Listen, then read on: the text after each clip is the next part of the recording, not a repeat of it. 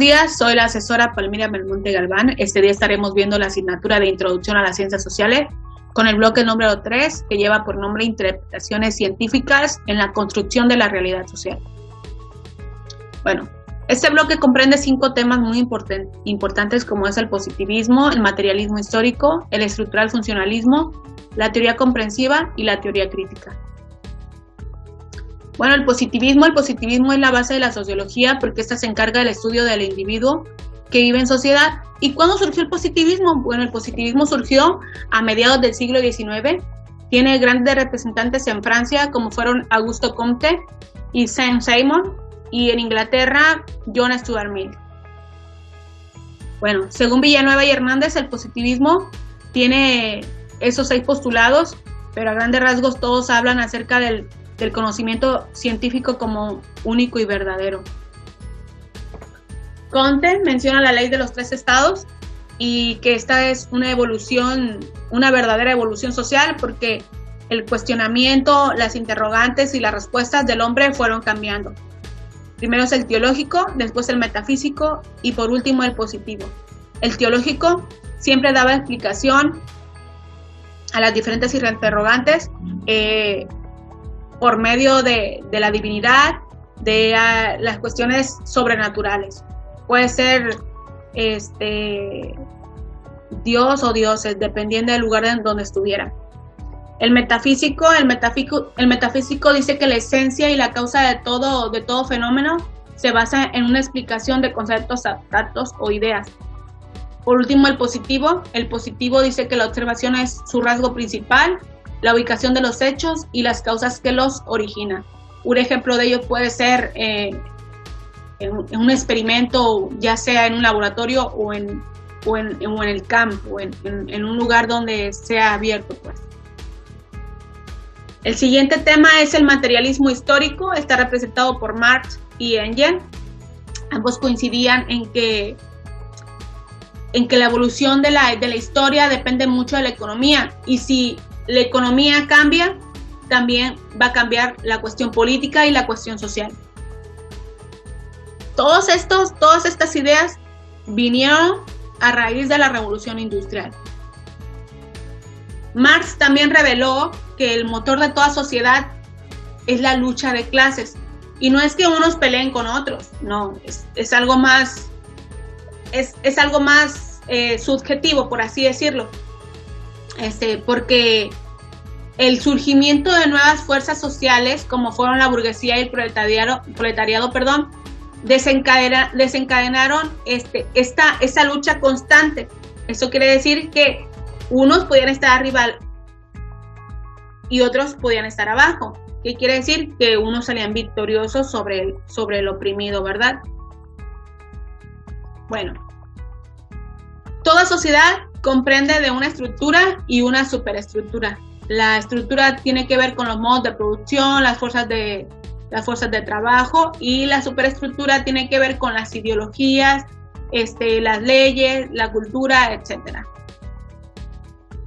Bueno, han existido diferentes modos de producción, como por ejemplo la comunidad primitiva, el esclavismo, el feudalismo, el capitalismo y el socialismo. Okay. En la comunidad primitiva no existían clases sociales, era algo más comunitario. ¿Qué quiere decir?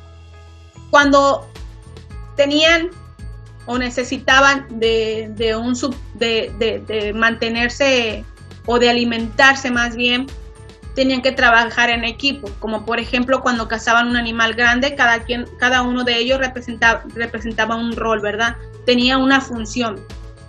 Okay. No había intercambio de monedas todavía, no existía. El esclavismo, el amo, que era el esclavista, explotaba al esclavo. ¿Eso qué quiere decir? Pues lo hacía trabajar sin recibir el esclavo nada a cambio. No era un trabajo, pues más bien era una otra cuestión. El feudalismo, el señor feudal ordenaba al campesino, que era el siervo.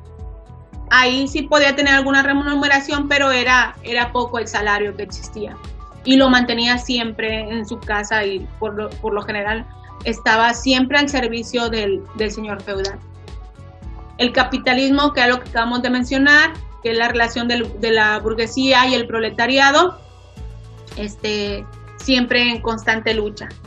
Por último, el socialismo, que se divide en Estado, que son los gobernantes, y el pueblo, que somos los gobernados. El estructural funcionalismo.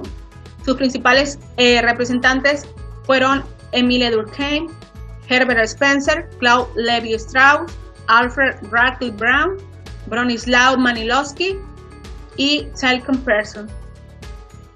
Bueno, el estructural funcionalismo comprende de cinco conceptos principales, como la estructura social, la anomía, el estructuralismo, el equilibrio estructural y la función social. La estructura social, Durkheim definía el desorden social y la moral como el problema fundamental de la sociedad, que por eso había un problema en la sociedad.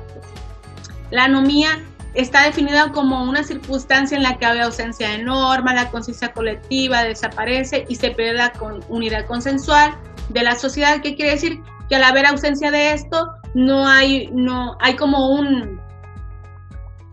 nada concreto, pues nadie quiere seguir órdenes, por así decirlo, y pues no se puede. Cuando se vive en sociedad no se puede vivir sin normas. El estructuralismo es la inexistencia de un hecho que suponga una estructura. El equilibrio estructural, con el propósito de mantenerse en equilibrio, cada individuo debe atacar un rol y cumplir con su función. ¿Eso qué quiere decir? Que no podemos hacer todos lo mismo, ¿verdad? Tiene uno que desempeñar un rol diferente. Y la función social es la contribución, aportación de un individuo dentro de un sistema mayor, es decir, la estructura. La teoría comprensiva. Su fundador es Max Weber, es un filósofo y sociólogo alemán. Weber menciona que la acción social debe observarse desde las conductas, saber los motivos de una persona para conducirse o cómo fue su actuar, pues. Porque cada persona puede tener un significado distinto y especial, ¿verdad? Y es que cada individuo dándole los más espacios como ser humano a su singularidad. Bueno, ¿y cuáles son esas acciones sociales? Todo depende, porque una acción social no, depende de cuatro razones. La primera es según los fines, la segunda los valores, la tercera la afectiva y lo cuarto la tradicional. Bueno, la de los fines está determinada por expectativas, porque cada uno de nosotros, por ejemplo, supongamos, yo quiero tener un buen puesto de trabajo y mis acciones me llevan a este fin, ¿sí? Quiero llegar a hacer tal cosa y yo me propongo o quiero realizar esto y tengo tantas metas, ¿sí? La siguiente acción social está determinada por mis valores. O sea, yo también busco un trabajo, pero mis valores me impiden que haga cierto tipo de actividades. Bueno, ¿y por qué actúo así? No que quería tanto el trabajo. Bueno, mis valores me conducen a hacer otras cosas. La afectiva está determinada según mis sentimientos, ¿qué quiere decir? Actúo dependiendo de cómo me siento en ese momento. Y por último, la tradicional, que está determinada por una costumbre. Bueno, en mi pueblo, en mi comunidad, actuamos de esta manera y por eso me conduzco así, ¿sí? Por último está la teoría crítica. Dice que está desarrollada por un grupo de pensadores del Instituto de Investigaciones Sociales de Frankfurt, entre los que se encontraban Herbert Marcuse, Theodor Adorno, Max Horkheimer y Erwin Fromm. También y Walter Benjamin. Dice que la ciencia construye saberes que beneficien a la sociedad y contribuyen a los seres humanos que vivan libres y en condiciones igualitarias. Ok. Menciona también que si la ciencia no sirve para un desarrollo social, entonces no es ciencia. Como por ejemplo, ellos creían, estaban muy conscientes de que el joven que se la pasaba solamente viendo la tele o viendo un juego o algo así, pues no aportaba nada. pero pues ahora los tiempos han cambiado. Podemos decir que esa persona ha adquirido un cierto tipo de habilidad, ¿verdad? Construcción de un conocimiento emancipador. Eso quiere decir que acabar con todo aquello que nos mantiene oprimidos, o sea, con algo que no nos hace ser totalmente libres. Siempre tiene que haber una relación entre la teoría y la práctica.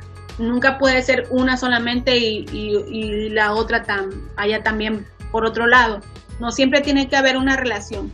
Dice que a partir de la experiencia social podemos formular preguntas y respuestas de los fenómenos que observamos. Si es así, el método consiste en ser capaces de distinguir qué nos motiva a actuar o pensar de cierta manera ante cualquier fenómeno social que se nos presente en la vida cotidiana.